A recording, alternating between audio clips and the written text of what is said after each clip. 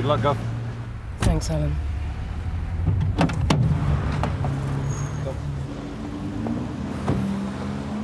I can't remember the last time I felt so nervous, Tosh. Just keep your cool, Gov. You've been in court plenty of times before. Yeah, but never as the defendant in a manslaughter trial. Keep away, please. Thank you. Get back. Get back. Thank you.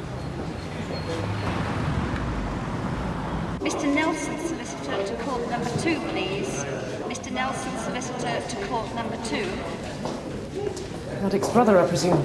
Michael, spotted the family resemblance here. £5 says the judge will chuck it out by the end of the day. I think the result's a bit more important than the time, don't you, Dave? Well, I'll give you 10 to 1 on the results, Steve. The prosecution's case will fold and she'll be acquitted. Really? Morning, all. Morning, Mum. So, anyone running a book on how long this trial's going to go on for?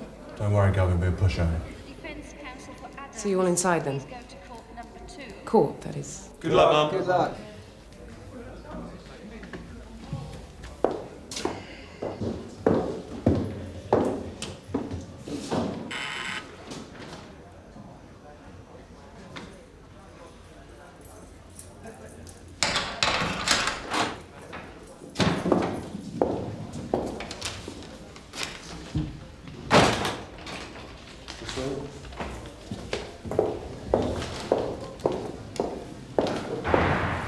Wait there. They'll be taken up when they're ready for you. Thanks.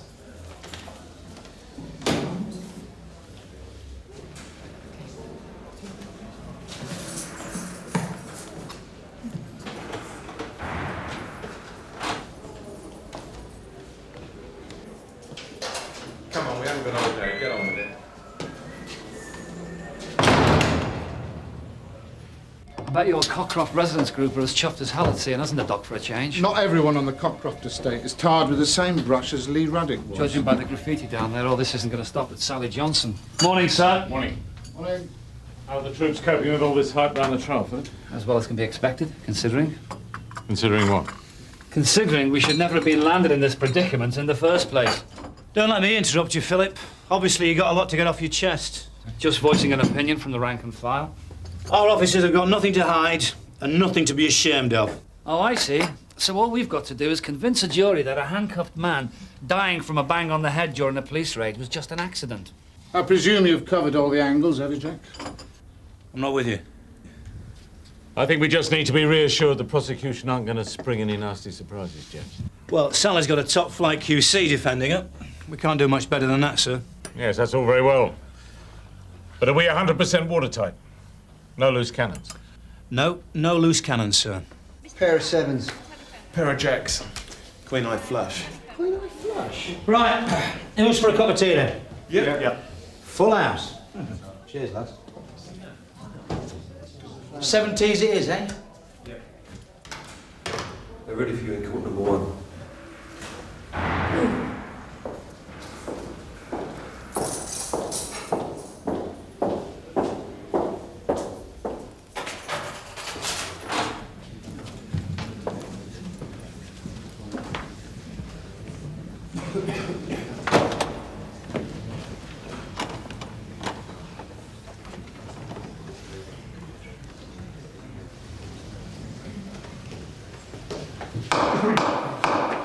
Court will rise.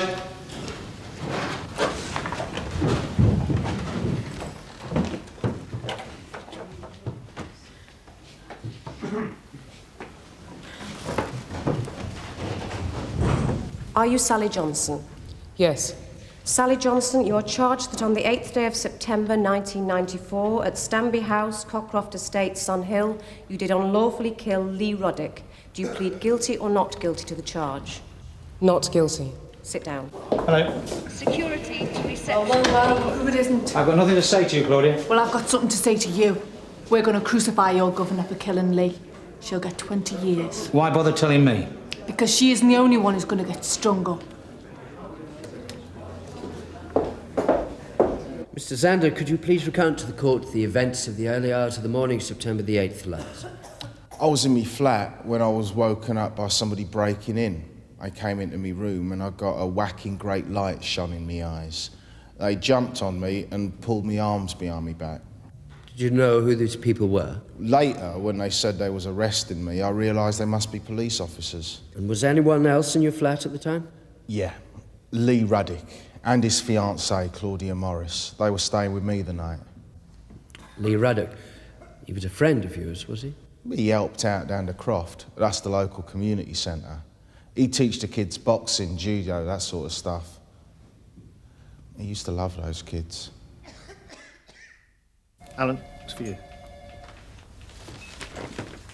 Sir. Didn't give his name. Woods. Oh, hi. Right. Yeah, no problem, Alan. I'll keep in touch with any developments. OK, speak to you later. Sarge? Jim? That off. Xander's in the witness box. Jack and Ori time. I looked into the bedroom and Lee was lying on the bed, out cold. Thank you, Mr. Xander. No further questions, my lad? Mr. Xander, could you tell the court why Lee Ruddick was staying at your flat on the night before the police raid? Place he was staying at got burnt out. So he came to your flat? Yeah. And did you have any visitors to your flat that evening and throughout that night? Yeah. How many would you say? 20, I don't know exactly. 30? Could have been. Is it usual for you to receive so many visitors to your flat? Not really. So why were there so many callers that night? They were Lee's friends. Was Lee Ruddick dealing crack cocaine from your flat that night? I don't know. On the morning of the raid, were you interviewed at Sunhill Police Station by Detective Chief Inspector Meadows? Yeah. And did you, during the course of that interview, say that Lee Ruddick was dealing drugs from your home? Yeah. But I was tired. I couldn't be sure what I was saying, especially with that Meadows breathing down my neck. Was a large quantity of cocaine found at your flat on the morning in question? That's what the police said, yeah. You denying that cocaine was found at your flat? All I'm saying is Lee Ruddick used to have an habit, and he used to have friends, but that didn't make him a dealer, did it? All right, thanks very much. I think there's trouble brewing, Derek. Sally Johnson, sir. Apparently, the prosecution managed to come up with a very rosy picture of Lee Ruddick. The bloke was an out-and-out villain, sir. Yes, well, Dave Xander, I imagine encouraged by the family, has come up with some cock-and-bull story about him doing voluntary work at the Cockcroft Community Centre. No, not to my knowledge, sir, no. Well, have a word in the right here, will you? See if we can quash this myth of Lee Ruddick, the patron saint of Sunhill. How about St. Crispin, sir, patron saint of cobblers? Miss Morris, could you please tell the court what happened at around 4:20 a.m. that morning? The bedroom door flew open, and there was a light shining everywhere. People came rushing in, and I heard this woman shouting, "Spit it out." Did you have any idea what the woman was referring to when she shouted, "Spit it out"? Lee had this little bit of crack on him, but he'd almost kicked the habit. He must have thought they were going to rob him, so he stuck it in his mouth. That's when a couple of them went for him and locked his arms behind his back. That's when she started shoving him around. Johnson. You saw D.I. Johnson shoving Lee around? Yeah, up against the wall. She was trying to stick her fingers in his mouth.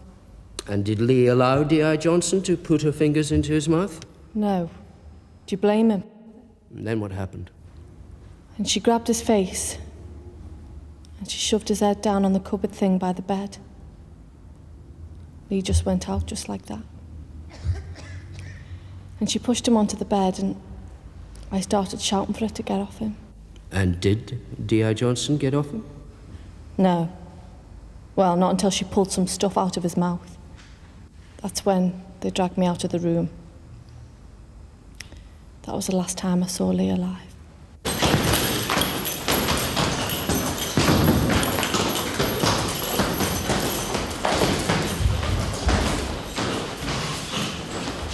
Okay, lads. You two, get changed. And no mucking about in the changing room. I'll be in there in a minute. Get your gear on. Can I put you down to run a couple of miles, Derek? Thought you're trying to help the aged Andy, not kill him. Put me down for a fiver instead. You sound a bit serious on the phone. Now, if it's about the kids and that dustbin business... No. I just wondered what you could tell me about Lee Ruddick. Well, the guy that got murdered? Sorry. That's what everyone's saying around here. Did he used to come down here, then? Yeah, he did. So he was a judo instructor here, yeah? Well, let's put it this way. He was trying to teach the kids something. Not judo. Use and abuse of steroids was his speciality. Tried to set up a business supplying them to the kids. I threw him out on his ear. I see. You wouldn't fancy a trip to court tomorrow, would you, Andy? Miss Morris, you originally made your complaint against Detective Inspector Johnson at 9:55 on the morning in question, by which time you'd been in custody at Sun Hill for almost 4.5 hours. Now, why did it take you so long before you decided to make a complaint? I didn't want any hassle. Lee was in hospital and I just wanted to get out the nick and get down there and see him. Were you a loyal friend to Lee?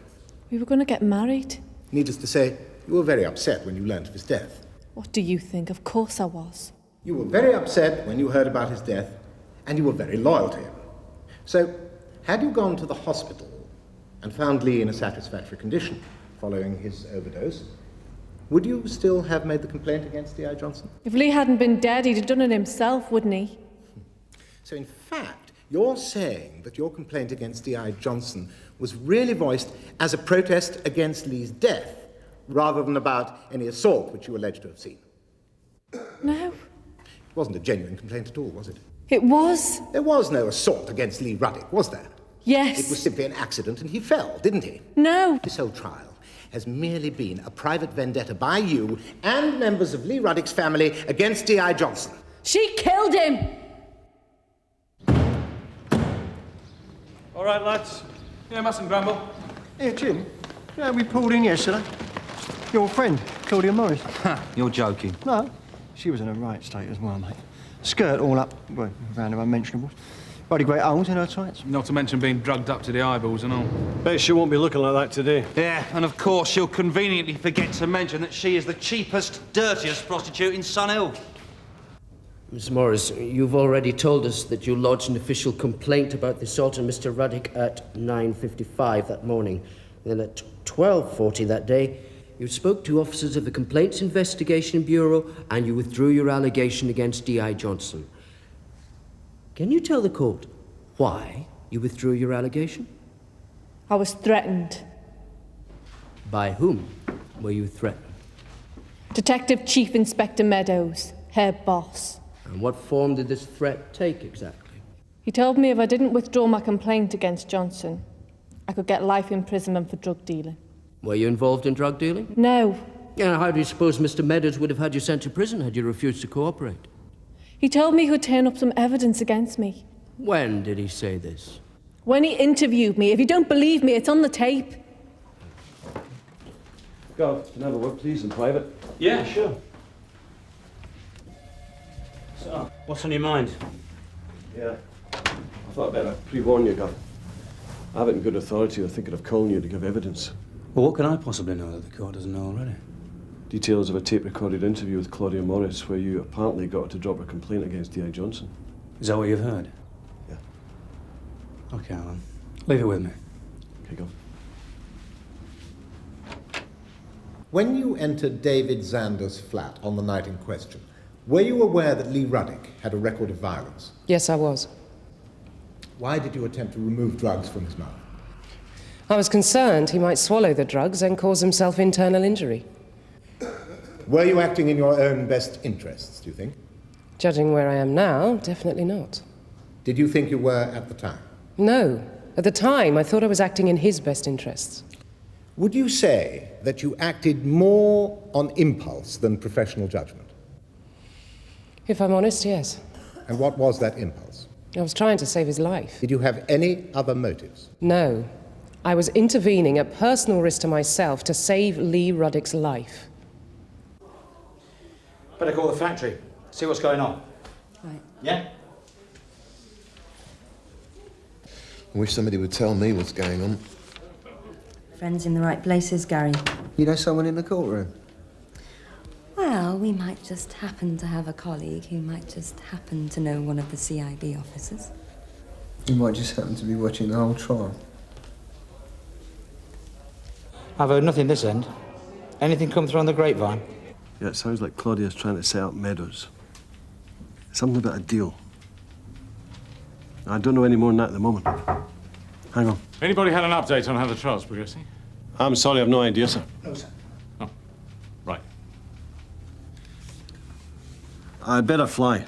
Cheers. You've got someone on the inside. Detective Inspector Johnson, who decided to carry out the raid in Mr. Zander's flat? It was my decision. My officers had observed Mr. Ruddock running a crack house from the premises. And why did you personally decide to go on the raid? The seriousness of the offence. And I think it's good for the morale of my officers to see me actively participating, not to mention my own morale. And what was the total number of personnel deployed on the raid? 15, if one includes the officers who stayed outside the building. 15 officers, armed with a hydraulic battering ram, some wearing bulletproof jackets, in a state of boosted morale. You must have been champing the bit to get your hands on Mr. Ruddock. We just wanted to interview him. Why didn't you just knock on the door and speak to him? Because I don't think we would have found him very communicative. He had the reputation of being rather a dangerous man. He had a record of violence against police and members of the public, and we thought he might be armed. Was there any other reason you chose to ram his front door and storm the premises 4:20 in the morning? We like the element of surprise. It cuts down on the possibility of evidence being disposed of. So you were very enthusiastic to get your hands on some evidence then, were you? It's rather pointless going to all the trouble of doing one of these operations if the evidence ends up being flushed down the toilet. You said earlier that you saw Mr. Ruddock put a lump of crack cocaine into his mouth. That's correct. Did you consider that lump of crack cocaine to be a vital piece of evidence? In comparison with the huge quantity we found in the kitchen, it was peanuts. Yes, but at that time, were you aware of any other evidence apart from the crack cocaine which Mr. Ruddock had put into his mouth? No. So as far as you were concerned, what Mr. Ruddock put into his mouth was probably the only evidence you were likely to find. I was trying to save his life, for God's sakes. I wasn't interested in evidence. Then why did you pass on what you'd recovered to W.D.C. Croft to be locked up in a transit cupboard at Sun Hill? It was a misunderstanding. The sample was supposed to go to the hospital. You claim that you feared for Mr. Ruddock's life and you were trying to help him. Yes. Yet you decided to handcuff his arms behind his back and embark upon a violent struggle with him. How was that supposed to help him? I thought the drugs might be harmful to him, maybe even kill him. Yet Dr. Stuart Muirhead, who gave evidence earlier, says in his independent report that long-term medical repercussions would have been unlikely provided the patient's stomach was pumped out within the hour. So if your prime motivation wasn't just the recovery of evidence, why didn't you just simply leave Mr. Ruddock alone till the ambulance arrived? With respect, the doctor is an expert who wrote that report with the benefit of hindsight. I'm a police officer forced to make instant decisions. The post-mortem records the cause of death as a blow to the head resulting in extradural hemorrhage, and goes on to say, consistent with a blow from a blunt object or surface to the left-hand side of the head. Do you think that that blow could also have been caused during your struggle with Mr. Ruddock? I wasn't aware of it at the time. Were you aware of a wooden bedside cabinet by the bed? Yes. Did Mr. Ruddock bang his head on that cabinet during the struggle? I'm not sure. Well, we've already heard that Mr. Ruddock definitely did strike his head on the cabinet, and furthermore, that it was you who pushed his head against it. I did not push Lee Ruddock against a cabinet or anything else.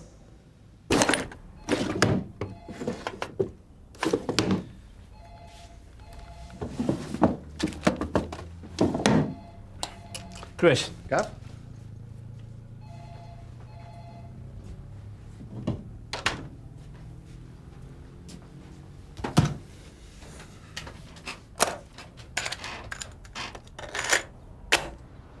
This is a tape-recorded interview with Claudia Morris. Officers present, DCI Meadows and WDS. Come in. Jack, I hear you've been called as a witness. Yes, sir. Anybody told you why? Not as such, no. The prosecution have asked for the taped interview between you and Claudia Morris to be produced. Presumably that has something to do with it. Well, one would presume so, yes. And you still don't know why? Well, it could be one of many reasons. There was nothing on that interview that was out of place. Out of place, sir? Oh, don't play games with me, Jack.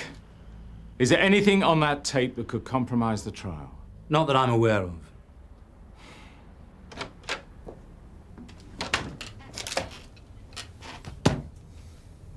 Time is 12:15 p.m. You're not obliged to say anything unless you wish to do so, but what you do say may be given in evidence.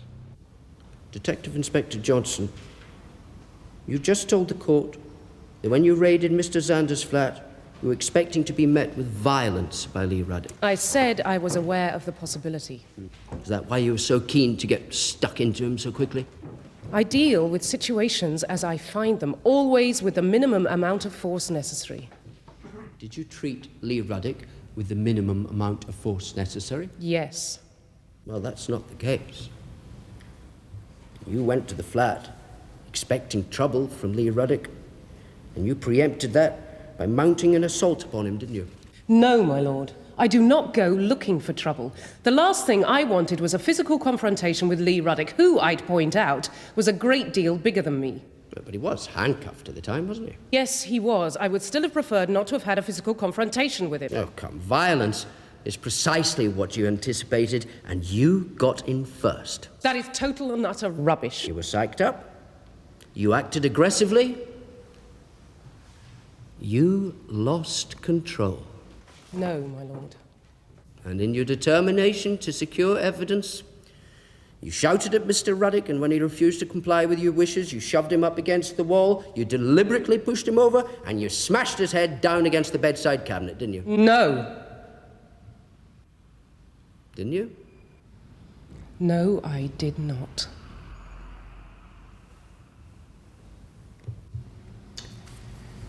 Leave it there for this afternoon.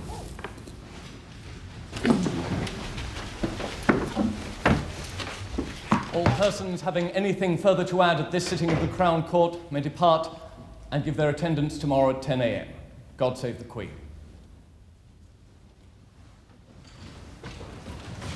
We found £3,000 worth of cocaine in Zander's flat. We found nearly £5,000 in your bedsit.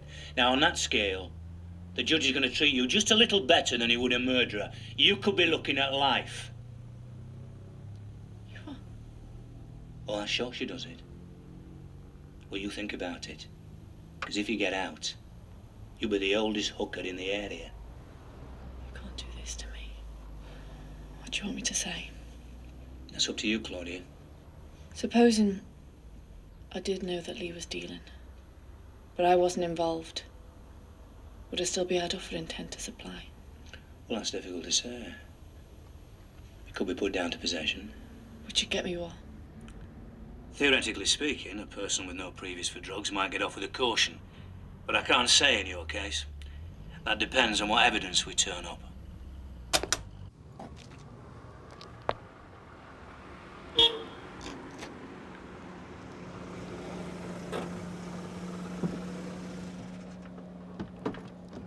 Sally, Gov? I'm sorry to drag you all the way out here. Well, we can't risk being seen together now you've been called as a witness. Quite. Anyway, I'd like to know if something's been said that shouldn't have been. Wouldn't bet on it. Cheers. Thanks.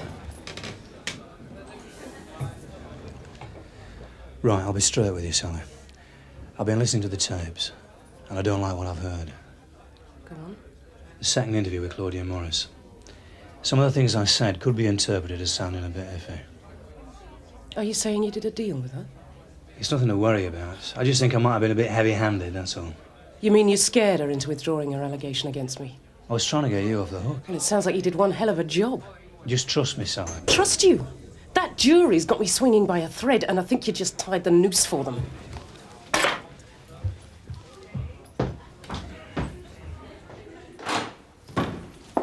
Morning. Back again. Take a seat. You'll be Taken up when they're ready for me, yeah.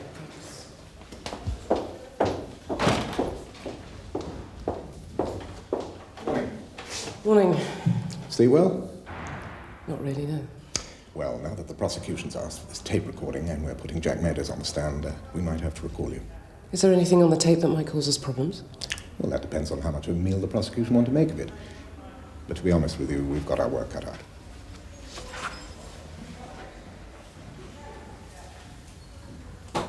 Morning, sir. Morning, Philip. Something's cropped up. Yeah, where's Derek? He won't be joining us. He's escorting a witness to the Crown Court. What's the problem? The prosecution have asked for the taped interview between Jack Meadows and Claudia Morris to be produced. They don't do that for nothing. What, you think Jack Meadows has threatened her? Yes, or made some sort of deal. Well, that's not very clever, considering she's the chief witness against us. If Sally Johnson goes to prison for manslaughter... Then she'll know where to point the finger. Nobody is pointing any fingers, Philip. No, sir, but what kind of damage limitation are we supposed to do if our CID's found guilty of killing a suspect and covering up the fact? If that happens, Philip, we're all going to be defending Sunhill against the media. Tooth and nail. As the exhibits officer on the raid, what was your function exactly? It was my job to secure any possible items of evidence, make sure they were transported safely back to the police station, and log them in the exhibits book. In other words, you were in charge of all the evidence discovered at the flat? Yes. I refer you to your police exhibit SC1. Could you tell the court the nature of that exhibit of evidence, please? Yes, it was a specimen of Lee Roddick's saliva. Well, noting the speed of your response, you obviously remember this exhibit very well. Well, it was the first item recovered at the scene. I see. And where did you obtain that piece of evidence from? It was given to me by D.I. Johnson. And did you see where she obtained it from? From Lee Roddick's mouth. She obtained a specimen from Lee Roddick's mouth and passed it on to you. And what did you do with it? I logged it and took it back to Sunhill, where it was stored until D.I. Johnson decided what she wanted to do with it. So it was recovered, logged, and stored along with all the other items of evidence, was it? Yes, but D.I. Johnson... In other words, it was treated by D.I. Johnson as an item of evidence. It was, in fact, to all the officers involved, just an item of evidence. No. D.I. Johnson thought the doctors may be able to use it for analysis to help Lee Roddick. Well.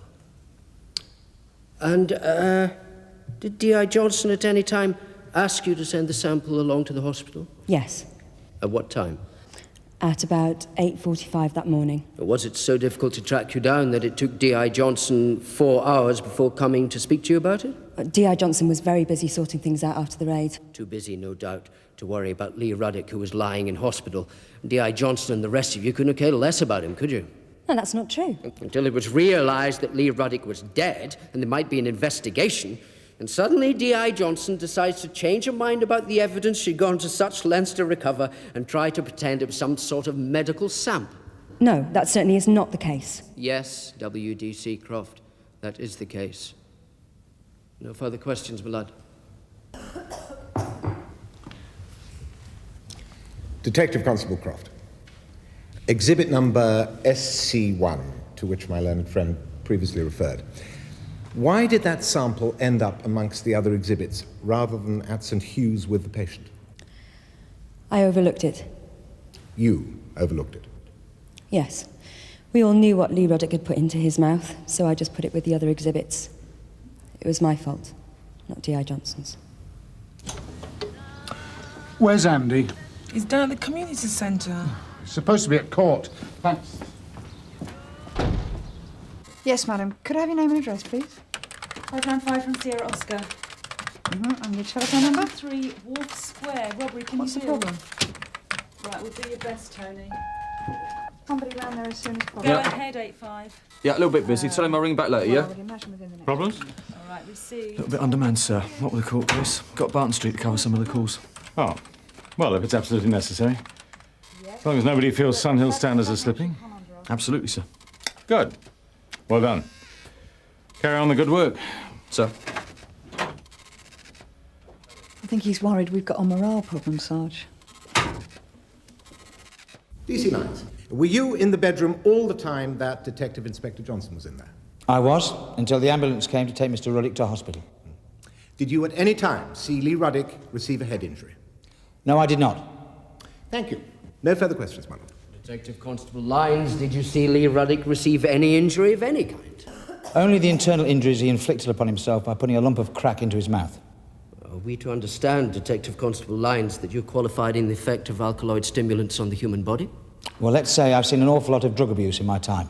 Well, leaving aside your unqualified medical opinions, did you see anything happen in relation to Mr. Roddick which could have caused him any physical injury? No. And the blow to the head which resulted in Mr. Roddick's death, could you possibly tell the court how that happened? I couldn't say. Did you see Mr. Roddick fall onto anything during his tussle with D.I. Johnson? He fell onto the bed. Just the bed? Could he have come into contact with anything else? There was a bedside cabinet. It's possible he might have hit his head on that. Yes, well, in your statement to officers of the Complaints Investigation Bureau, you were asked if you saw Mr. Ruddock receive a blow to the head, and you replied, and I quote, "Absolutely not." Well, why did you not tell the CIB officers that Mr. Ruddock possibly banged his head on the bedside cabinet? Because I didn't see him actually hit his head. So why change the story now and say that possibly he did? Because at the time I was asked for the facts, not the possibilities. DC Lyons, there's a world of difference between absolutely not and it's possible. You consider Lee Ruddock to be a dangerous man? We thought he might be dangerous, yes. Were you afraid? Not particularly, no. It's all part of the job. Yes, also part of your job is its legendary camaraderie, is it not? I've got good colleagues, yes. Yes, loyal colleagues. Colleagues who stand up and testify on your behalf. Colleagues who'll back you up if something went wrong. I think that would depend on what it was. Well, say, for example, if you, killed a man. No. Are you 100% loyal to your colleagues, DC Lyons? Within the law, yes. 100% loyal to your boss, D.I. Johnson? Yes.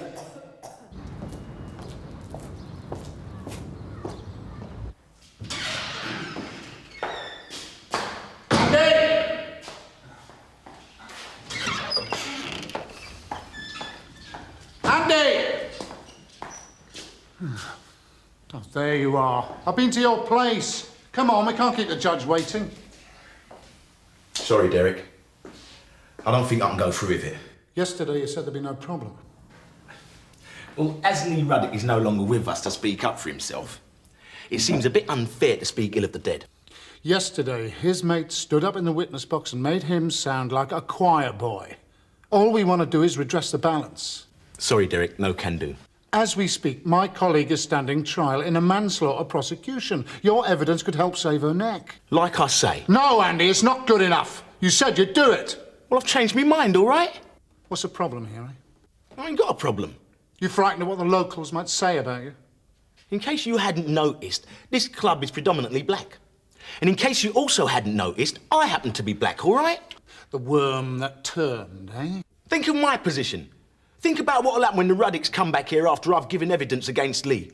I'm going to be the most unpopular person on this estate. And if you don't give evidence, you're going to be the most unpopular person at Sun Hill Nick. Think about that. P.C. Quinnan, you saw Lee Ruddock break the window. That's great. You saw him put something into his mouth. That's right. You saw him struggle with D.I. Johnson. Yes. You saw him lying unconscious on the bed. That's right, yes. Yet you did not see D.I. Johnson push him over and strike his head against the bedside cabinet. That I did not say, no. Well, can you explain, P.C. Quinnan, why you seem to have observed and recalled certain incidents so very clearly, yet failed to see other incidents at all? No, I can't explain it. I just told it the way I saw it, my lord. No further questions, my lord.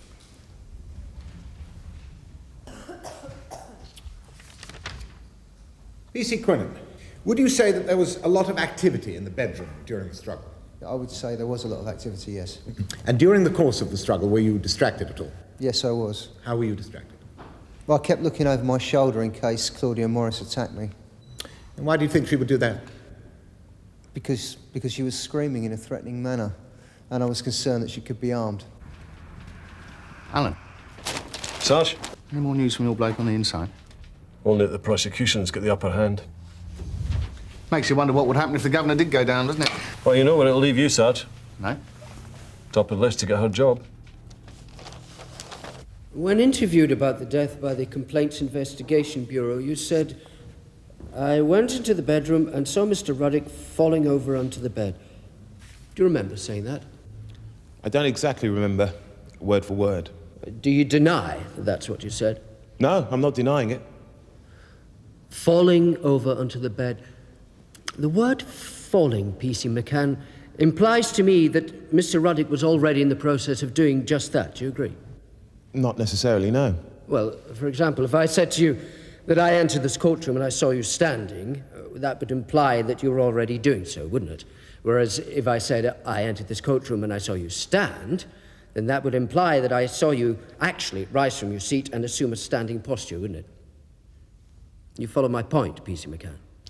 Yes, I follow your point, but I think it's a question of semantics. I saw Lee Ruddock fall over. Well, good afternoon, sir. I thought I'd call in to see what gives. Well, the monthly crime figures look promising, sir. You should have a copy on your desk in the next couple of days. Come off it, Charles. Don't beat about the bush. What's happening at this damn trial? Well, it's difficult to say, sir. I hear Jack Meadows has been called. Yes. Do we know why? Prosecution clutching at straws, I think. We're not in trouble here, are we, Charles? Mr. Brown, could you tell the court your occupation? I'm the leader of the Croft Community Centre. And how long have you been involved with the centre? About 7 years in total. I used to be a voluntary assistant there. During those 7 years, did you ever come into contact with a person called Lee Ruddock? A few times. Did he used to come into the community centre? Once or twice. Did he ever ask you if you could work there? Yeah, about 2 years ago. And what sort of job was he asking for? He volunteered to come in and teach judo. Was he a bona fide judo instructor? He was pretty good. He was a green belt. So he came into the club and taught judo? Yeah. And how long did that state of affairs continue? He came in and did one evening. Just one evening, in total? Yeah. And why did he not continue after that one evening? I don't know. Couldn't say. Why can't you say? I just can't. Mr. Brown, I would remind you that you're on oath in this courtroom. If you refuse to answer the questions, I shall have to consider holding you in contempt of court. Please, answer the questions. Thank you, my lord. Why did Lee Ruddock not continue to teach judo at the community centre? I threw him out. Why? He just didn't fit in. Mr. Brown, did you throw Lee Ruddock out of the centre because he was attempting to sell anabolic steroids to some of your members? Mr. Homewood, don't lead your witness. Mr. Brown, will you please tell the court why you expelled Mr. Ruddock from your club? Lee Ruddock was trying to sell anabolic steroids to the kids. Did you challenge Lee about his conduct? Yeah, I told him it was out of order. And what was his reaction to that? He just laughed and said a few extra muscles never hurt anyone. Thank you, Mr. Brown. No further questions, my lord. No questions for this witness, my lord? DCR Meadows. Mr. Bennett to court number 2. Mr. Bennett to court number 2.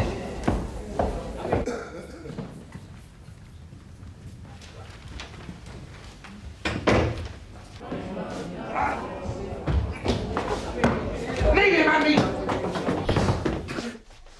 Get your hands off me! Come on, let him go! You tried like a gardener. You're a copper. You saw what you done. Did I? Well, go on. Nick him. It was self-defense, and you know it. I think you better go, now. I'm gonna have you. And that black honky bitch in there. When you decided to take on the drugs case, D.I. Johnson was already under investigation for that death, wasn't she? That's not my recollection. Well, let me see. You first interviewed Claudia Morris at 10:50 that morning, and she made a complaint at 9:55. So when you went to interview her, you knew she'd already made an allegation of manslaughter against your detective inspector, didn't you? Well, if that's your timing of the events, I won't quibble with you. It's very magnanimous of you, Detective Chief Inspector, but it is on record. Why did you personally decide to interview Claudia Morris? I felt it was an important case. Because of the fact that your DI was under investigation? No, because of the nature and quantity of the drugs found on the premises. There was about £3,000 worth of cocaine. During your first interview with Miss Morris, commencing 10:50 in the morning, she didn't tell you anything, did she? Hardly anything, as I recall. Later at 12:15, you went back and interviewed her for a second time, didn't you? I did. So what did she tell you in the second interview that she didn't tell you in the first? She told me that she'd seen Mr. Ruddock manufacturing and selling crack cocaine in Mr. Zander's flat. Did you pressurize her? Or cajole her into admitting that she'd seen Mr. Ruddock making and selling drugs? No, not at all. I'd like to refer the court to exhibit number 5. The tape recording of Detective Chief Inspector Meadows' second interview with Claudia Morris. This is an excerpt from that interview, commencing page 2. Xander's told us everything, Claudia. He says you manufactured the drugs in the microwave while he's selling them in the parlour. It's his word against mine. We've got cocaine, we've got bicarbonate of soda, we've got knives, spoons, bowls, chopping boards, microwaves, even the bloody kitchen sink. And I'll put money that your prints are plastered all over them. I told you, I never saw any drugs. You never saw any drugs. So you didn't see a really great plastic bag full of white powder in the kitchen. You didn't see a stream of punters in the dining room sitting on the floor having a toke. So what are you, blind? Or are you just a compulsive liar? I'm not a liar. Really? Well, we were watching Xander's flat last night. If you've got all this evidence, why don't you just charge me? I want to give you a chance. What did you mean when you said to her, I want to give you a chance? I wanted to give her every opportunity of telling me the truth. Were you trying to fix it? So that if Claudia withdrew her allegation against D.I. Johnson, you'd make sure she'd get off without any charges? No, not at all. The only reason you chose to interview Claudia Morris was because you knew she had a case against your officer. That's not true. And that's why you did a deal with her. Her freedom for the freedom of your officer. That's absolute rubbish. Although Claudia Morris told you she saw Mr. Ruddock making and selling crack cocaine, did she confess to any involvement in these illicit activities herself? She claims she had nothing to do with it. And did you believe her? I couldn't be positive one way or the other. So when you told her in that second interview that you had evidence against her, you were lying, weren't you? We had a certain amount of evidence, but I couldn't be sure that it was sufficient to level charges against her. Surely you could have turned up some additional evidence? I don't think so. Oh, really? Did you say to Claudia Morris in the course of that second interview that a person with no previous convictions for drugs might get off with a caution, but in her case it would depend on what evidence you could turn up? Did you or did you not say that? I did. So was it your intention to turn up evidence against Claudia Morris if she refused to withdraw her complaint? No, not at all. Oh, come on, officer. You know the defendant killed Lee Ruddock and Claudia Morris was a witness and you were doing a deal with her to shut her up. He's a liar. Well, we'll leave it up to the jury to decide who's lying, shall we? Was it your intention to pervert the course of justice on behalf of D.I. Johnson? No, it was not. Well, the fact is that Claudia Morris did withdraw her complaint, and then you did release her without charge, didn't you? She was released to return to Sunhill in 2 weeks' time, pending further inquiries. And were charges ever brought against her? No. Did you yourself ask the Crown Prosecution Service to take no further action against her? I did. Yet in your interview, you're threatening her with a life imprisonment. Well, it's a bit of a change of heart, isn't it? If you want the truth, I felt sorry for her. She just lost her boyfriend. I think he'd been using her. But just like he used every other person he could wield his evil powers over. That's not true! He loved me! Sit down. She murdered him! From what I've heard, Charles, if she is found guilty, you'd better be prepared for the onslaught of a full-scale inquiry into Jack Meadows and every other officer who was present on that operation. Well, let's pray it doesn't come to that, sir. Plus whatever mass corruption scandal the media manages to whip up. Anyway, I'll be at the yard with the Commissioner for the rest of the afternoon. Call me if there's any news. Yes, sir, of course. Detective Inspector Johnson, in relation to the interviews between Detective Chief Inspector Meadows and Claudia Morris, did you, at any time during the CIB investigation, discuss these interviews with Detective Chief Inspector Meadows? No. In light of the fact that a CIB investigation was already underway, would Claudia Morris withdrawing her complaint be sufficient reason for that investigation to be cancelled? No. Thank you. No further questions, my lord. Detective Inspector Johnson, you say that a withdrawal of a complaint against an officer is not sufficient reason to halt a CIB investigation. Not when there's a death involved, no. But you and I both know that when Claudia Morris withdrew a complaint against you, that the matter would go no further. Director of Public Prosecutions would hardly instigate legal proceedings without a complaint, would it? Well, perhaps you'd better ask them that question. knowing that you'd kill Lee Ruddock. You colleagues embarked upon a conspiracy to pervert the course of justice on your behalf. They instigated a cover-up, whereby officers at the scene turned a blind eye, and Detective Chief Inspector Meadows browbeat Claudia Morris into doing a deal to let you off the hook. And that is what happened.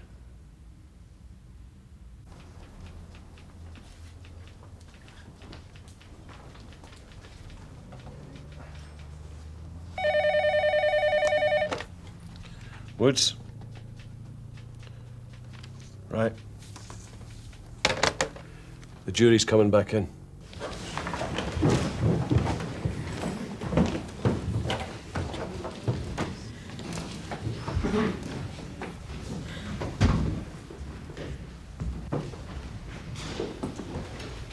Will the foreman of the jury please stand? Has the jury reached a decision upon which it is unanimously agreed? No, we haven't. Please sit down.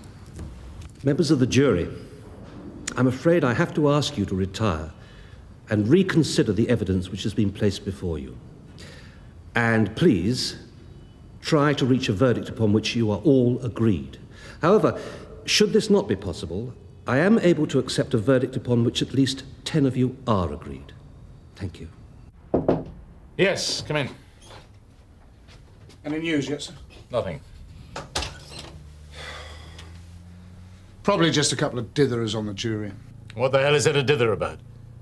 I'd have thought the whole case was black and white. Foreman of the jury showing off to the judge that they're doing their job properly or something. Well, let's hope you're right. Problem is, you can never quite tell whether the jury has understood the theatre and rhetoric, let alone understood the facts of the case. That's precisely what worries me. A few well-rehearsed questions and answers with a barrister, and even a prostitute like Claudia Morris can sound believable. Well, at least we do have facts and evidence on our side. But if the jury's anti-police, you can have all the facts and evidence in the world. It's not going to gain an acquittal, is it? No. Cheers. Thanks, Scott. Just take it easy. We're not beaten yet.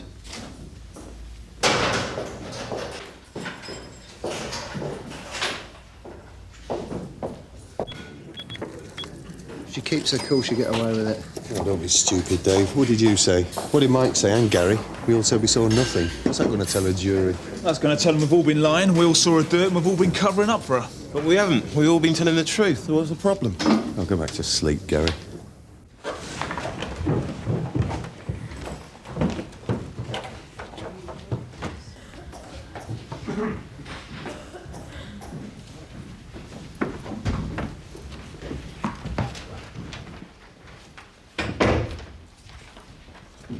Will the foreman of the jury please stand?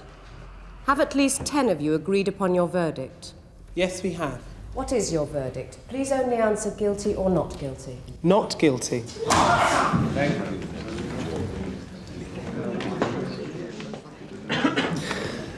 Let the defendant be discharged. Keep back! Are you going to resign? What do you think? How do you feel now it's all over? Do you think Lee Ruddock's girlfriend tried to stitch you up? I think you should ask her that. Right, that's your luck. Morris, did you perjure yourself under oath, or do you think it was a police cover-up? Is it true you're a prostitute? Was Lee Ruddock your pimp, Claudia? Congratulations, Gov. Thanks, Tosh. I bet that's the last time you try and save a crackhead. Absolutely. R.I.P. Lee Ruddock, and good riddance.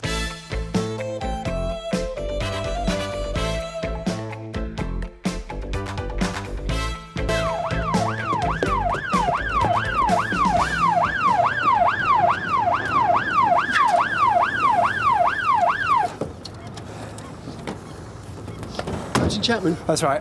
It's down here, lads.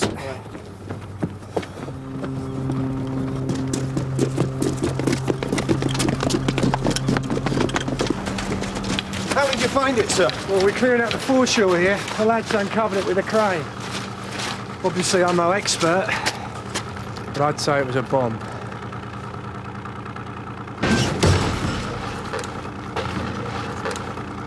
A German bomb, sir. I've alerted local emergency services. Tallow Street, Sarge. They're waiting for you at the wharf. Sergeant Cryer's on his way down there. Thames Division is standing by to stop any river traffic if necessary. And bomb disposal? Royal Engineers, sir. They've been informed. Right. Let's have a look at the contingency plans for that location.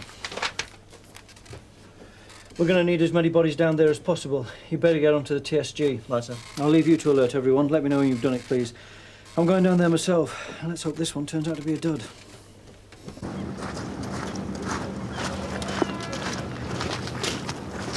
Yeah, I reckon it's a bomb, all right. It's probably from a Dornier or a Heinkel 111. Expert, are you, Reg? Well, it's an interest, sons, yeah. Of course, this area took a real pasting during the war, you know. Sure, those posh apartments on the other side of the river? There's all warehouses on that land at one time.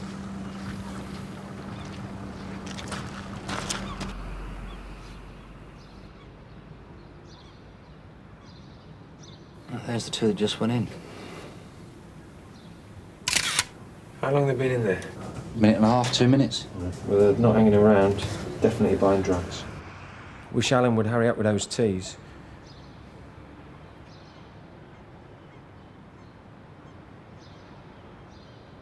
So I'd better get over to Tallow Street and warn the people there.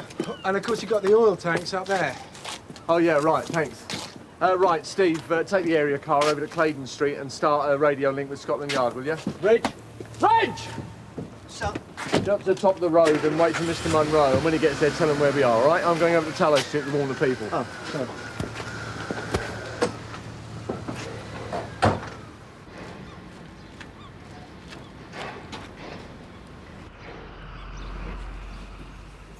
How's yours? Oh, well done, Alan. Help yourselves. Cheers. Cheers. Good. Anything happening? Nah, not much. There's something happening over there. Look, it's what's going on in the squat we're worried about. It's Reg Hollis and Sergeant Cryer. What? Let's have a look. Well, there's a likely couple. There they go. Punters. Go.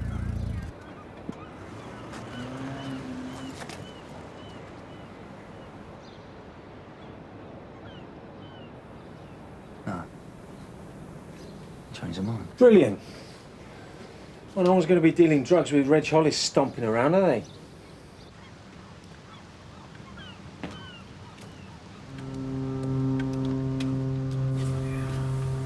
Oi, you... What's going on? Oh, there's nothing to worry about, it's just routine. All right. Yeah, they found a bomb down by the wharf. What? You're joking? No. What, terrorists, is it? Ah, it's German. Don't tell me they started again. It's left open the last lot. Yeah, so am I. And that's the way I want to stay. I'll see you, Charlie. Hang on, boys. Yeah, so there's no immediate calls for alarm. Yeah, this area took a real pasting during the war, you know. See all those posh apartments on the other side of the river? There was all wet there. There was all warehouses at one time. Then one night the whole lot went up. It was dropping incendiaries, you see. They say that Churchill could see the flames from the roof of the Admiralty. I've provisionally chosen this as the forward reception point. I thought we could put any vehicles into this yard. Well, we can work from the car until then. How far's the wharf? About 1,000 yards. Are you sure this is a bomb? I reckon so. We'll only be certain when Captain Stanley gets here. In the meantime, I'm getting every available unit to report to you down here. The TSG will provide additional manpower if we do need to evacuate. Well, I've made a start on these nearby houses. Well, in that case, I better go and have a look. You sure about this, Sarge? Well, there's no point hanging around. Nobody's going to be dealing drugs with half the force out in the street, are they? Yeah, too right. That's it, Sarge. Try again tomorrow. Well, if I can sell it to the DI, I wasn't too keen first time round. Well, it's bad luck, really. Things were just starting to happen. Yeah. If you just go down to the end of the road there, you'll see our blue tape. Thanks. Oh, good afternoon, madam. We found an unexploded German bomb down by the wharf, and we're asking people to leave their homes. It's just a precaution. There's no need to panic. Listen here, son, I've just started the washing. If you think I'm swanning off down the road now, you've got another thing coming. Well, as I say, it's just a precaution. Precaution? I've lived in this house more than 60 years. And if the Jerrys want to blow me out now, they must get on with it. It's for your own good, madam. Listen, I remember the last lot, when Mr. Churchill came down and thanked us all for our bravery over the bombs and everything. Not like this lot now, they couldn't count tuppence, you know. And you've got the area completely cordoned off now, including that passageway? That is correct, sir. That's a pub done, Sarge. Right, well done, Tony. So it's just that lot then, yeah? 9 See you later. Sierra Oscar. Are you receiving over? Yeah, go ahead. Excuse me. What? Yeah? Just here to warn you. We may have to ask you to leave for a while. Yeah, right. No, they've discovered a bomb on the foreshore. A bomb? Oh. Right, hang on a minute. All right. Put the frighteners up. You reckon? You must think we was born yesterday. You in charge here? No one's in charge. Did Hutchinson put you up to this? Who's Hutchinson? He's the fat git who owns this place. He wants to tear it all down and build yuppie apartments. It's nothing to do with us. Look, this is genuine. It may not be necessary for you to move. We're not moving. You go and tell whoever's in charge of you that we've been expecting this. We're ready, and we're not coming out. So if you want us, come and get us.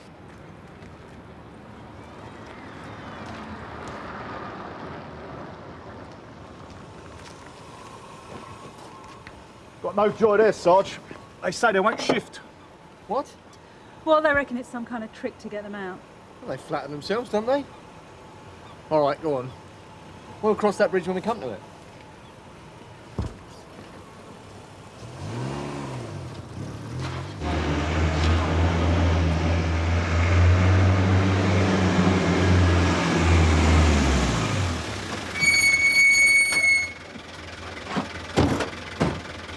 Look, get this second van parked up behind this first one here. Come on, get a move on. Inspector Monroe. That's right. Captain Harry Stanley, Royal Engineers. Lance Corporal Twain. Afternoon, sir. We're making preparations to get the place evacuated if we have to. Of course, we don't know what the distance is. Well, I can tell you that as soon as I've walked the course, but with any luck it won't be necessary. We can usually just cart it away, deal with it somewhere else. Well, sounds like an excellent idea. Oh, we haven't had one in this area for ages. Last time we had to close down the city. Mr. Monroe, a potential problem. Tallow Street. An illegal squat and they're refusing to move. If the bomb goes off, they'll cop it. Oh, wonderful. Well, let's hope it doesn't become an issue. Just as we're starting to get somewhere, the place is flooded with uniforms. These things happen. Another hour, Gov. We could have cracked it. Maybe we can try again tomorrow, Gov. I'll have to see, Danny. We're pushed as it is. Gov, I know they're dealing in that squat. Yeah, but what have you actually got? 2 people who could have been punters? Well, I suppose if Mr. Monroe does clear that squat, we could slip in and have a look. Nice idea, Danny, but I don't want to actually step on Mr. Monroe's toes at the moment. He'd never know. Look, it would be more than embarrassing if you two were caught nosing round a squat that had been evacuated minutes before. So who's going to find us? There's also the small matter of a bomb. Gov, if it didn't blow up in 1940, it's hardly likely to now, is it? Look, at the end of the day, getting a result is rather less important than losing a leg. Mum. Thank you. Believe it or not, I do actually care about you lads. Oh, Mr. Hutchinson? Yes? I'm Inspector Monroe from Sun Hill. I believe you own the house and yard at the bottom of Tallow Street. That's right. What's the problem? They've discovered a World War II bomb on the foreshore about 100 yards from the wharf. Yeah, so I've heard. Well, the whole site's due for demolition anyway. To make way for that lot. My immediate problem, Mr. Hutchinson, is the squatters. Yours and mine both. I've got an eviction order going through the courts now. I may need to clear the area shortly. They're saying they're unwilling to move. Alf, there you go, son. Today, soon as... Well, that's their lookout, isn't it? I don't see what it's got to do with me. Well, I was hoping you might be willing to have a word with them. Reassure them you'll let them back in. It'll make my job easier. I've tried till I'm blue in the face, officer. All I get's abuse. If they want to get blown sky-high, that's up to them. So you reckon the DI's just covering herself? Of course she is. She won't be complaining if we get a result down there. OK, so how do we do it? Well, assuming that Monroe has to shift them... Yeah, and assuming that you can... We need to get in there as soon as they blow the all clear. Well, that won't give us much time. Well, it's either that or the whole thing gets binned. She's not going to authorise another day. Well, according to the officer, it's a 250-kilogram bomb. What's that in old money? Quite big enough for my taste. Now, normally that would give us a 1,000-metre danger area, but we've got the added complication of the oil tanks. I'll set up the ejecting box along the railing, sir. Video link. The bad news is there's no way we can shift it. We're going to have to make it safe in situ. Well, what's the good news? There isn't any. The fuse looks a bit iffy to me. You better start your evacuation, Inspector. Fast. Hello? What? I'm Inspector Monroe from Sun Hill. So? I'd generally like to know who I'm talking to. The name's Laurie Grant. Mr. Grant, I believe one of my officers has already spoken to you about a bomb they've unearthed down by the foreshore. Yeah, that's what he said. Well, I'm afraid we're having to evacuate the area and I'm going to have to ask you to leave too. Do you have a problem with that? No, no problem at all. We're not going to do it. My officers tell me you think this is some sort of ruse to get you out of here. You said it. Well, I'm here to personally assure you that it isn't. What, and I'm supposed to believe you? You want to tell Hutchinson to do his own dirty work? I've nothing to do with Mr. Hutchinson. No, and I bet if he came down here mob-handed, you'd be with him. Yes, to make sure nobody got hurt, which is why I'm here now. You're on the side of property. You always are. I haven't time to stand here debating with you, Mr. Grant. Are you coming out or not? Like I said, if you want us, come and get us. I'm not bringing my officers in here. It's too dangerous. If you want to stay there, stay there. You what? 100 meters in that direction is a German bomb. Here are 5 oil tanks. Between them, they'll make a hell of a big bang. I wish you luck.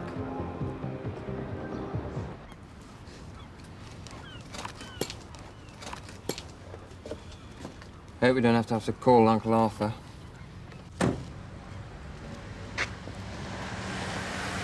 Charlie, what's happening? Well, we've evacuated the area, working on the bomb now. And what about the squads? Still in there. 595 from 517. Someone wants to see Mr. Monroe urgently. Well, I did my best. They can please themselves now. Rather him than me. Did you get that, sir? Yeah, what's his name? What's his name, Mike? It's Laurie Grant time.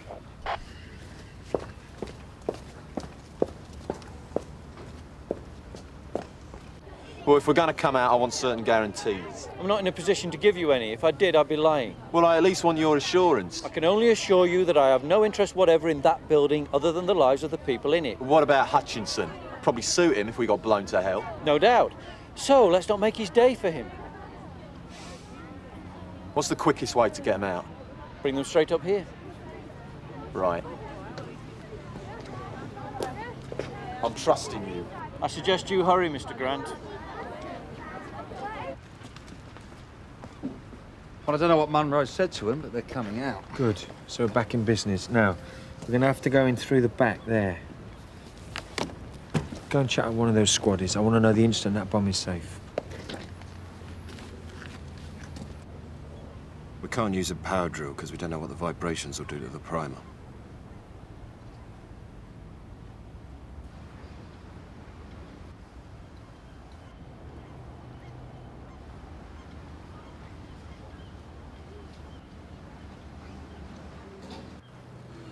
Don't catch me tinkering with a live bomb. Me neither. Actually, I rather fancied it myself. Bomb disposal, that is. I've got very steady hands, if you notice. Yeah, it was a toss-up between that and the police. Who won?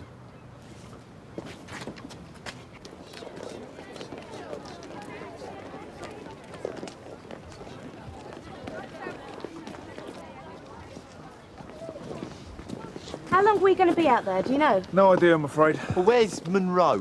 Mr. Monroe's gone down to the FRP. Where do you want us? Wherever you like, mate. Look at this lot. They probably wish we'd been blown up. Tide's coming in. He's gonna have to get a move on.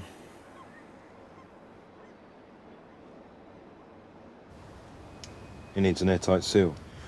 He needs to create a vacuum and draw in the salt solution that will deactivate the fuse.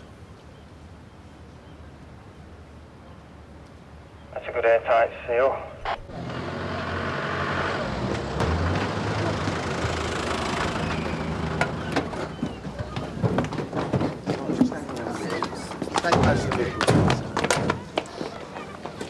Afternoon, officer. Any news? No, not yet, sir. Are the vehicles all right there? Yeah, they look fine.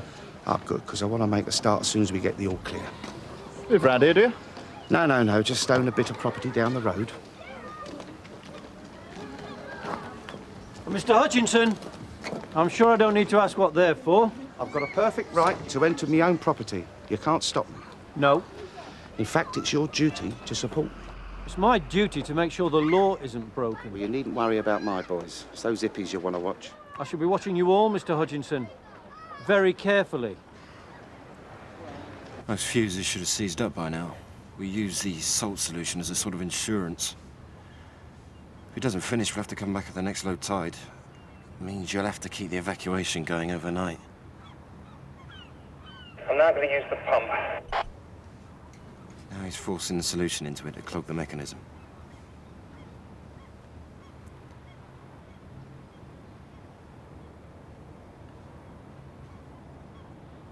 This is a really dodgy bit. Easy does it. Fuse immunized at 17:35. Sarge, that's it. Let's get round there.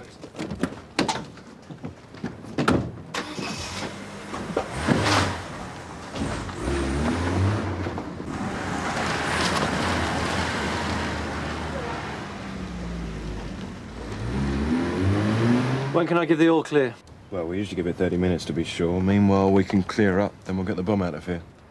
That suits me fine. Before we give the all clear, I want a mobile unit on that road. When Hutchinson gets to that squat, we could have a riot on our hands. I want our people to be the first ones down there.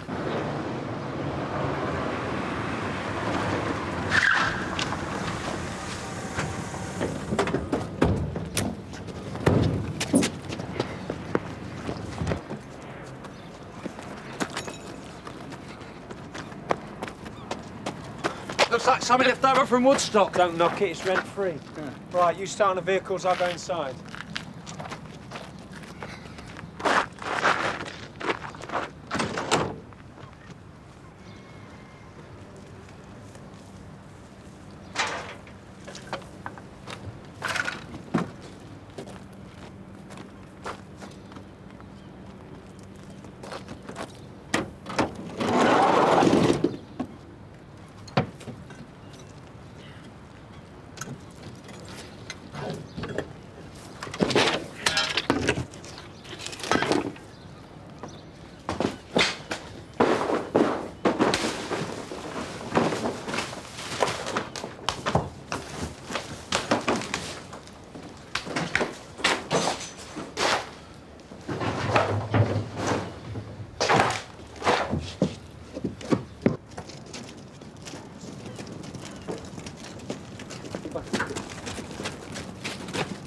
Right, well, we're finished down there. If you can keep people away from the immediate area of the wharf, I see no reason why you can't start letting them back in. I'm going to be fairly busy for the next half hour or so, so if I don't see you before you go, thanks for your help. Well, it's been good working with you. Thanks for your help. I'll let the lads know then, yeah? I have a feeling my problems are only just starting.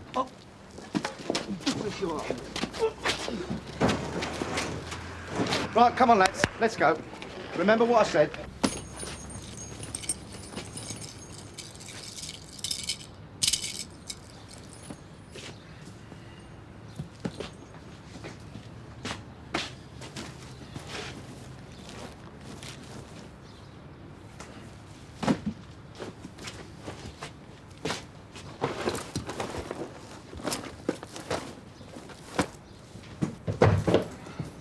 Nothing in the vehicles. Never mind, look what I found.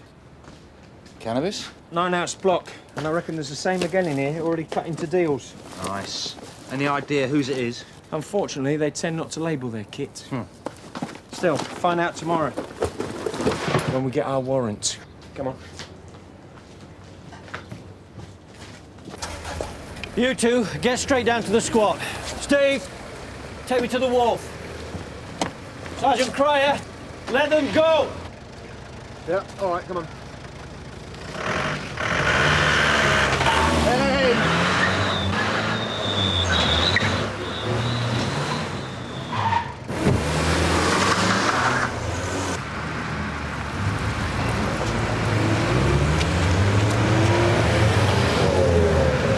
That's it, off you go, panic over. 9-2 from 517. The squatters are on their way back now. Thanks, Mike.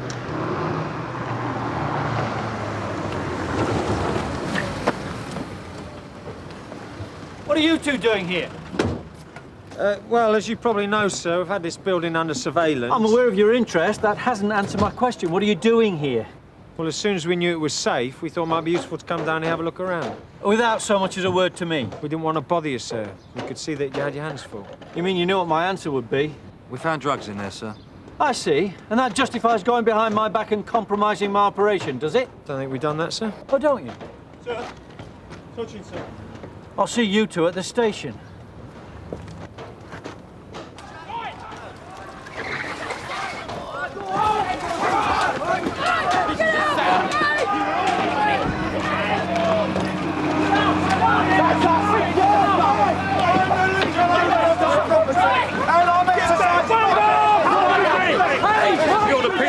No. Uniforms on top of it.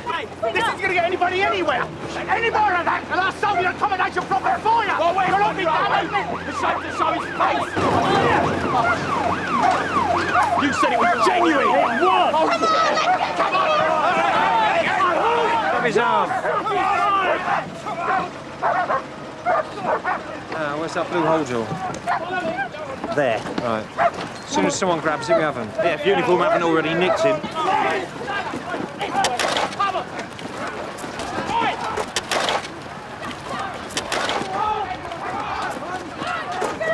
Here we go. Hold on.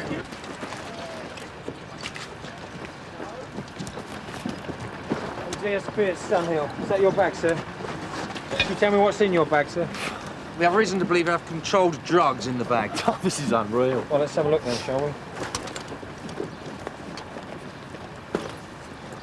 So what's this? What's your name? It's Laurie Grant. I'm arresting you for possession with intent to supply. You don't have to say anything unless you wish to do so, but what you say may be given in evidence. You stitched me up! I'm afraid that one's down to you, Mr. Grant. I'll see you back at the station, sir. Well, I reckon between us we handled that pretty well. Don't say another word. Come here! Right, that's it. You're nicked as well.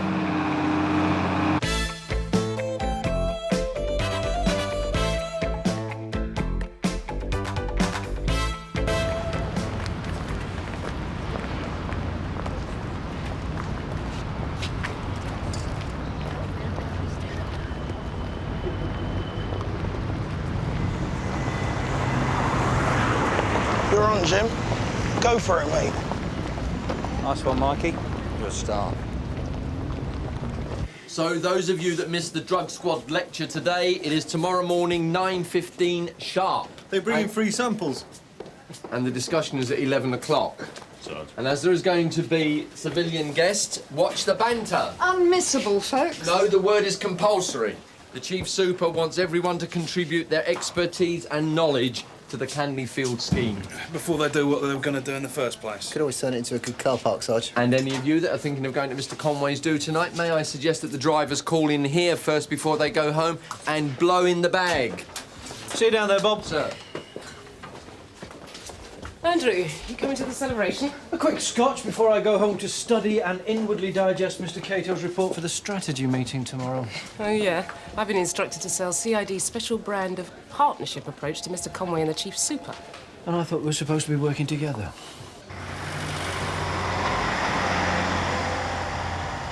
Hard to believe he's just knocked out $1,000's worth of crack along with the ice lollies.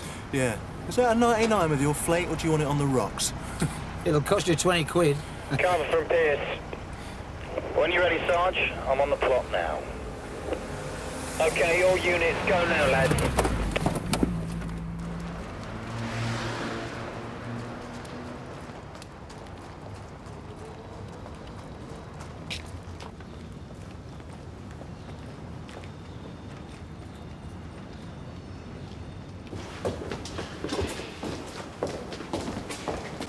Excuse me, can I have this? Set up police, mate. This is a raid.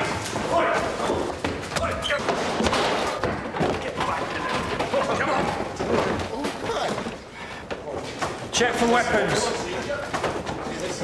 Put your hands on the wall. Spread your legs. Come on, spread them. Yes. Take it easy. We're not armed, you know. You think we're going to take your word for that? No, I suppose you wouldn't. All right, sir. All right.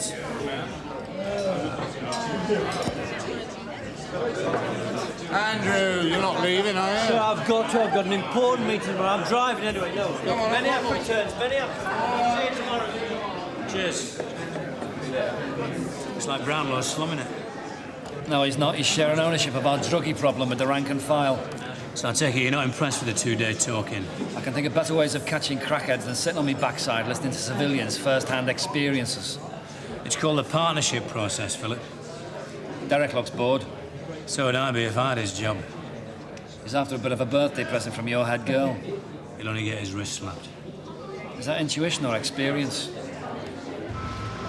Well done, young man. Just what the DCI ordered. You cut a bit of a dash yourself, Alfred. Well, you know me. Float like a butterfly, sting like a bee. Oh, shame about the ice cream, eh, Mr. Sharp? All that melted Neapolitan. Yeah. Now, listen, officers, I know I am in some sort of trouble over all this, but what do you think's the bottom line? Selling crack to school kids? You'll go down for years. OK. And if I had something to offer? Information? What do you think I'd get out of it? Yeah, all right, Mr. Sharp, later. Come on.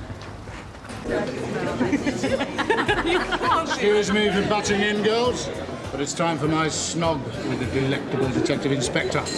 Come with me, sir. Happy birthday, sir. Oh, Derek, please.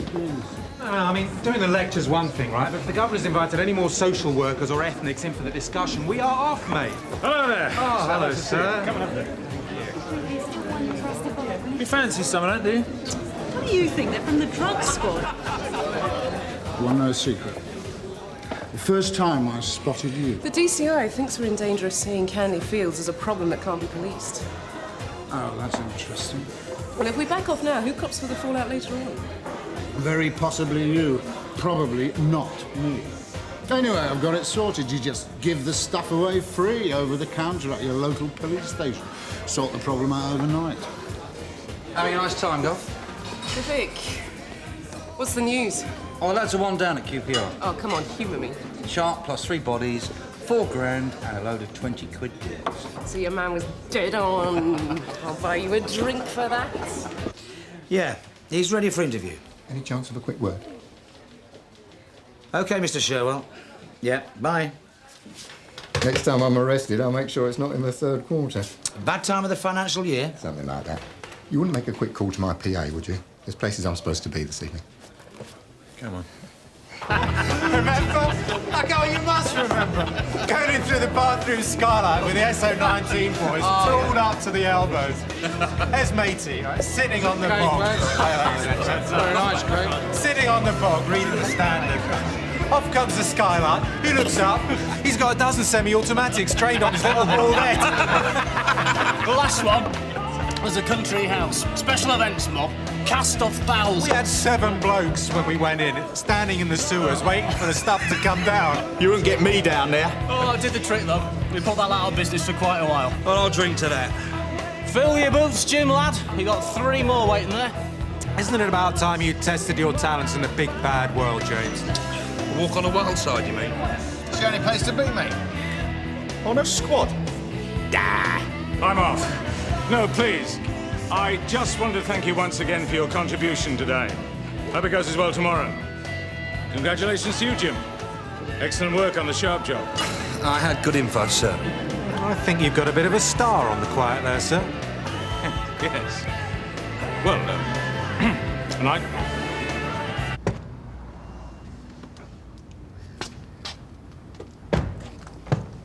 Morning, sir. Morning. Look, last night, do I have anything to apologise for? No, sir. Shame. Ah, Derek. You, fit for the discussion this morning? Kicks off after the lecture at 11. Raring to go. And you are still okay for the strategy meeting afterwards? Barring acts of God, yes, sir. I get the feeling that Jack and Philip are still approaching the Canley Fields partnership with a somewhat adversarial attitude. Canley Fields is their patch. They've got their own agendas to promote. Coffee. Mr. Sherwell, D.I. Johnson. Nice to meet you today. Morning.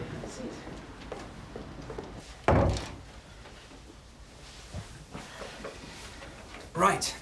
Now, I've had a chance to go through everything with my client. I think I should start by making it clear we've got a watertight case, Mr. Sherwell. That's understood. So, let's say that he's prepared to offer some further information. And let's say it's the kind of information you want. And what do you want? A letter to the judge from your governor with a full account of my client's cooperation throughout and all assistance given. And I'd like him bailed from the station. Yeah, I bet. So what do we get? My client is a successful businessman. That's partly because he studies the competition very closely. Would this info be provided on or off the tape? Whatever makes you feel comfortable. How do we know it would be worth the effort? What about a goodwill gesture? My client supplies a name and address. If it's a live one, he gets immediate bail. And we talk about a longer-term arrangement. We'd want dealers. We're not interested in anything smaller. Understood. You're pretty sure of yourself, Mr. Sherwell. Let's say I'm confident in the product. Is he solid? 100%, I think. Regular channel, only the top names. Well, you tell Jim there's a bottle in it if he comes back with a body. Sir? I don't see what point this makes to any of it, really. Excuse me, sir. When you're ready. Oh, yes. Excuse me, Philip. You practicing your PR skills, Philip? Right, settle down, everybody, please. Right, we're going to start this morning's session with a general update lecture on crack from the drug squad officers, DC Gelder and DC Jessup. Now, as you know, senior divisional officers and community leaders have started a new partnership initiative in the Canley Fields area to try and reduce crime, with a particular emphasis on crack and related crime. Very reassuring. The aim of the partnership and of these sessions is to get the whole community and the whole service to identify the problems, to share those problems, and to agree on initiatives to solve those problems. It's as simple as that. Right, over to you, John. Thank you, sir. Morning, boys and girls. Morning, sir. Thank you. Right, we're going to begin with some pretty basic stuff on recognition, and we'll move on from there. Now, please feel free to pitch in or ask any questions as we go along, yeah? Lights. Music. Dancing girls. Right. Who can tell me what this is? Anybody? PC stamp? Rocks. Well done, Tony. This? Stuff you need to smoke it. Oh, go to the top of the class, Tony. OK, now the important thing to remember is that crack is a binge drug. It's fast highs and fast lows. And while you're up, you feel like He-Man. You're aggressive, powerful, on top. And on the down, you get paranoia, obsessive behaviour. I wonder if you could give us an idea what you mean by that. Yeah, sure, I'll give you an example. The other day, we raided this bloke. He had one of these big bean bags in his bedroom, you know, filled with polystyrene balls, yeah? When we went in, he'd torn the lot apart. He was down, scrabbling on his hands and knees, convinced there was a rock in there somewhere. We checked. There wasn't. Interesting. Thank you. Now, users can become addicted from as little as 1 to 6 shots. And once you're on the roller coaster, it's near enough impossible to get off. Yeah, we thought you were looking a bit rough, mate. Yeah, I'm a 5 rocks a day man myself. Right, let's move on to the manufacture. As you probably know, it's quite simple to make crack from cocaine by removing the impurities and thereby upping your profit by 300 or 400%, yeah? Who does this? Importers? Suppliers? Suppliers, mostly. You know, nowadays, they pay girls to do a lot of it. If it's a big enough operation, they get a factory going. They bring them all in. These factories, are they the actual crack houses? Sometimes. Sometimes the coke's washed in one place and sold out of another. See, these people learn fast. If you deal out of a static location, you're too easy to spot. So now it's all done, more or less, on the street. Hundreds of thousands of quid's worth every day, right under your nose and mine. OK. Here's a name. Denny Lambert. He sells a lot of gear to the kids in this area. Down in the playground, the arcades, down the park. Never heard of him. He's no more than a kid himself. He lives in that big estate over there, you know. The one full of blacks. The Maycroft. Goes to Canley Comprehensive. Does a lot of his business there. What business? Well, my lads on the vans, they reckon he's turning over more than an ounce of crack a week. That's over 10 grand's worth. Oh, no. More like 14. Who supplies him? Well, Let's stick to the arrangement. Only one name for now. What I can tell you is exactly where he goes, when, and how he passes it. Chapter and verse. If you were to leave now, you'd get him back here in half an hour. Right, Denny. I'm DCI Meadows, and this is DI Johnson. Hello, Denny. Bit of a silent type, I'm afraid. You're in a lot of trouble, Denny. We're going to have to talk. Go on, then.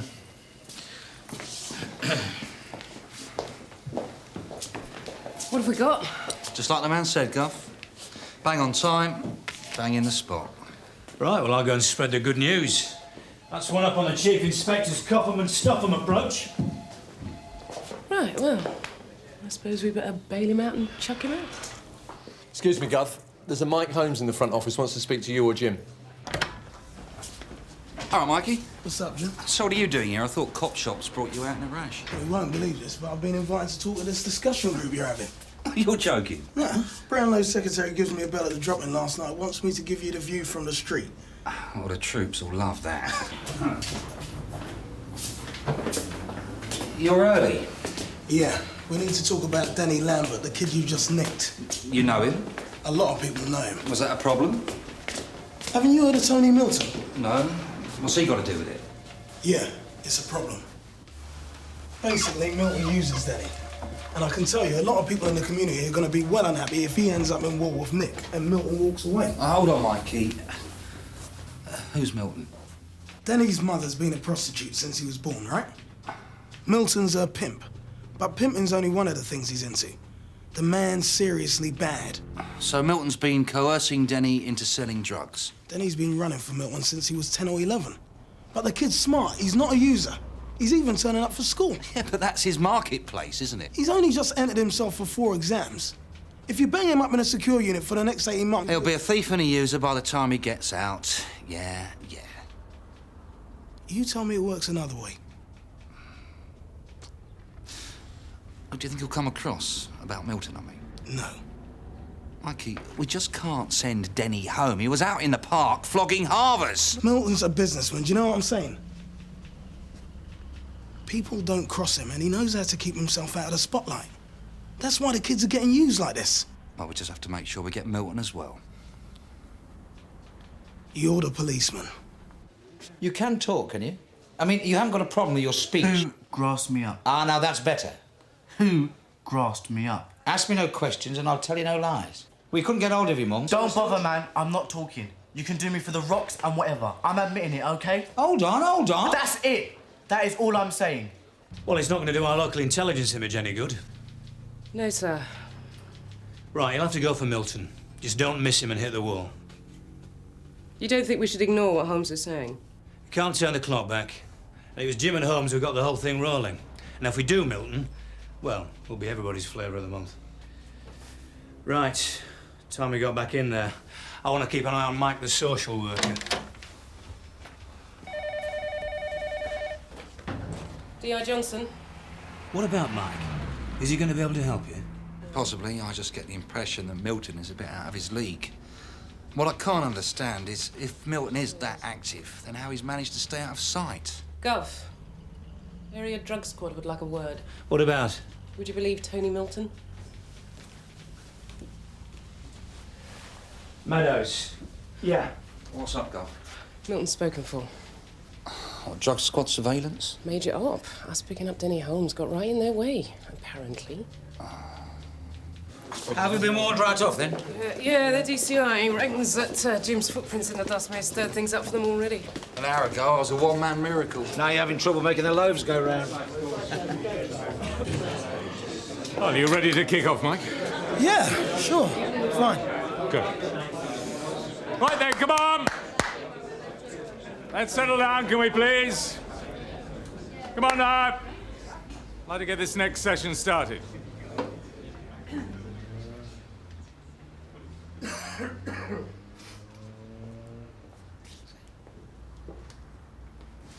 Thank you.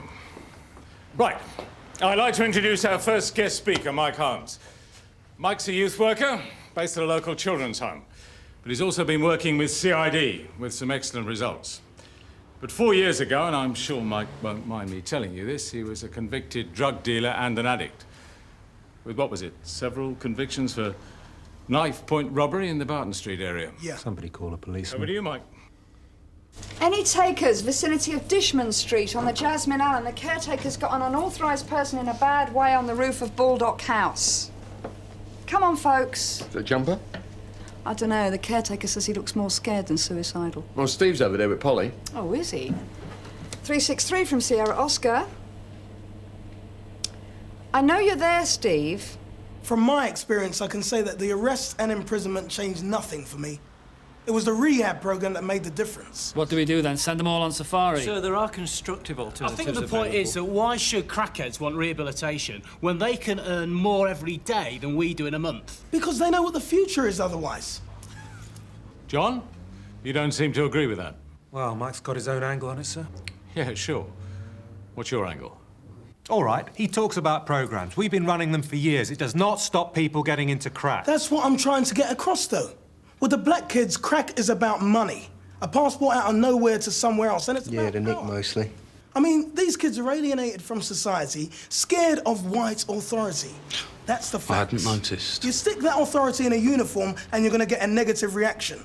John? The police aren't the problem here, sir. Crack is the problem. No, the problem is that you people are still on the outside storming in, whatever you think. Here we go. I mean, you're still relics to these kids, you know? That's short for eradication. To you, it looks like crack causes the crime and the violence. But you've got to look deeper than that. Wait a minute, you can't tell the public that crack isn't screwing people up. I'm saying it's a symptom, not a cause. Lethal is what it is. A couple of hits, next thing you got a 500 a day habit and you're out doing over pensioners after dark. I'm not saying crack isn't a bad thing, but addiction's a problem people have or they don't have, whatever they take. I can confirm that. We pick up quite a few people regularly who are just Friday night users. They're not all head cases. Mike, I was interested in what you were saying earlier about alienation. You'll never win the war against crack, it's as simple as that. So what do we do? Lose the enforcer image? Start telling people what you're doing. Not every black kid's a crackhead. Most of them have got a mother, a brother, an uncle out there who's worried. You can build on that. Get to the right targets. Now, without going into details, isn't that the sort of work you'd be doing here with CID? Yeah, but it's not working yet. I mean, you say you want to involve the community, break down the barriers, etc. But when it comes down to it, just like this morning, you're still out there looking for the arrests, not the cooperation. Jack, do you want to answer that point? Well, there are some complicated factors, sir. Perhaps I could fill you in after this session. Do that. Yes, Jim? Excuse me, sir. There's an urgent message for DC Carver.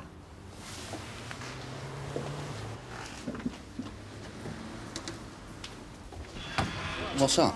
Your supergrass, Mr. Sharp. He's just been dragged off the roof of a tower block stuffed full of mind-altering substances. Like what? He's not a user. Oh, acid, most likely. About half a ton of it. I shouldn't think he's got a brain left. He's been spiked, hasn't he? What, and stuck up on a roof? There's no comeback if he happens to fall off. High-profile operations show the criminal and the public who's boss. It won't wash in the sensitive areas, Philip. My people know the faces. They don't have to waste time going out looking for them. Well, I don't think they're my team on Your that. team did everything right, Jack. Yeah, except score. It's not a contest. Come out on, there. now, let's be clear about this. We can't afford to be divided. Some of the things that Mike Holmes said are absolutely correct. The war on drugs is already lost. We can go on pushing people through the revolving doors of enforcement ad infinitum. It's not going to solve anything. Oh, come on, sir, it's not that... It's exactly that simple. We need to build a trusting partnership in the community with genuinely common goals. Sounds like a desk job. It's a different sort of challenge. Is that it, then?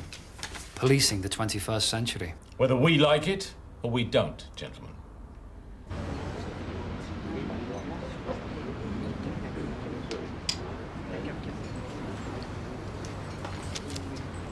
What are you doing here? I thought I'd see if the nice man sold me off. There's no law against that. What are you up to later? 6 or 7, more of these, I should think. And the kebab. I'm off my food. You don't fancy a Chinese with me, then? Why? Is this see be nice to Jim, he's had a bad day routine? Look, Jim, I don't want that business this morning to mess up what we're doing. That's what I'm on about. You heard about Sharp? Yeah. It's Milton, I presume. His style, isn't it? So? You don't need me, Mikey. You're wrong there. I've got to deal with a lot of people, right? Some of them aren't even prepared to talk to me, let alone work with me. Well, I was dazzled by your written chart. Be serious, Jim. You're good at your job, man. You're straight up and you know what goes on. If I've got to help those kids out myself even, I can't do that without people like you on the team. I'm that crucial, am I? Leaving aside your personal limitations.